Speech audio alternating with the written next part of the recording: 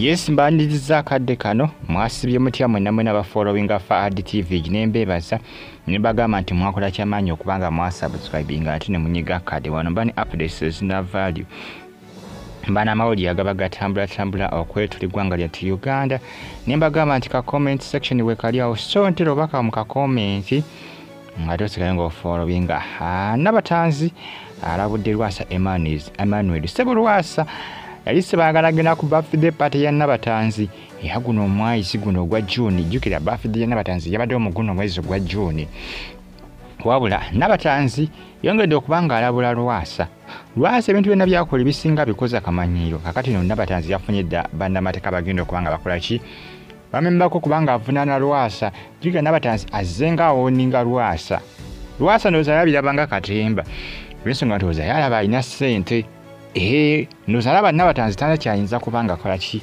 tana kyayinza kubanga amukola akati naga trending ku social media agalaga nti Nabatanzi yafunyidde bannamateeka abagenda okubanga bamuyambako okuba nti no akangavula Lwasa okubanga akangavula Lwasa bannamateeka bagenda okubanga bakola ki abagenda okubanga bamuyambako nga akangavula Lwasa kubanga agamba nti Lwasa akisussizaamu agamba nti Lwasa akisussizaamu okuba nti nakola ki okuba nti no amumanyira n'okumulinyirira kubanga yeewoza kiki ekyali kimulese ku party ono bamulemesezza okubanga ayingira ku birthday party bamulemesezza okubanga ayingira ku birthday party jukira mikwano gya Nabatanzi gikyamukolera obubaga obw'enjawulo obw'amazaalibwa ge alina emikwano mingi munnaye nabagamba nti birthday Nabatanzi esookuba guyinza okugwako omwezi gonna nga bakyagikuza obubaga nga babukola ebirabo nga bamuwa omwezi gusobola okuggwako ogw'omukaaga nga bakyakola obubaga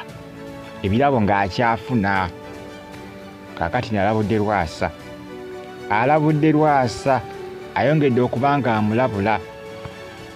amulabudde n'amuwooninga n'amugamba nti ajjamu okuba mu mbuga z'amateeka era yafunyidde bannamateeka bwe mulaba Lwasa ng'akubiddwa mu mbuga z'amateeka temwewuunya Nabatanzi yajja okuba ng'akimukoze azze ng'amulabula ndowooza n'omwezi oguwedde mwezi gwa May yamulabula ku BBS Telefine ku pulogulaamu egyaweereza wali ku BBS bagitoba kiti kitya gye bayita kiti kitya ndowooza yamuwooninga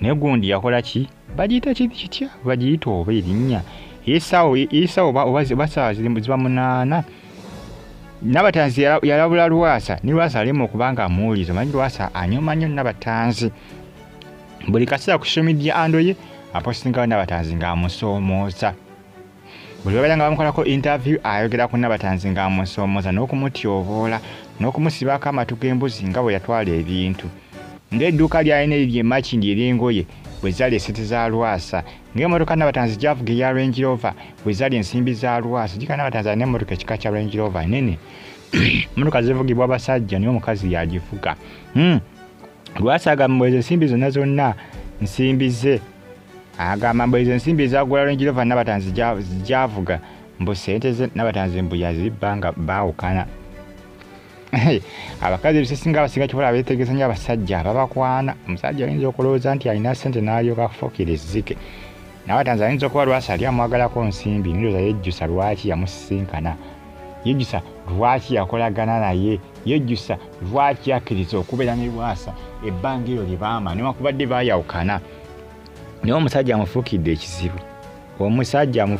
ekizibu amufuukidde buli kaseera abeera amwataakinga buli kaseera abeera amulumba buli kaseera abeera amwogerako ebyawa n'ebyawa Nabatanzi ndowooza yejjusa mukazi watagamba ne bannange nakola ensobi yejjusa agamba nakola ensobi adda omukazi waffe neyejjusa n'agamba bannaayi nakola ensobi akyejjusa lwaki yasisinkana Lwasa kubanga ekyamazima Lwasa afuuse ekizibu afuuse olunnabe amufuukidde akayinja mu ngatto ne Nabatanzi agamba ati nja kugolola ettumba yamugamba nti ajja afuna ekijja okumugema Nabatanzi agamba nti ajja afuna ekijja okugema Lwasa yagamba nti ajja mugema agamba nti ajja mugema mu ngeri yonna kuba agamba nti ebigambo biganye. Agamba njageza kubanga mugamba Mirembe ne Lwasa tawulira. Ba YouTube bamukolako interview, TV ezimuyita okumukolako interview. Kimbe biri Nabatanzi, kimbe biri omukazi gamba mbunamuwona kati kuba amuwona lwaki oba omwogirako. Kibategeeza Lwasa akyali mu kalooko Nabatanzi kyayinza okumuddira.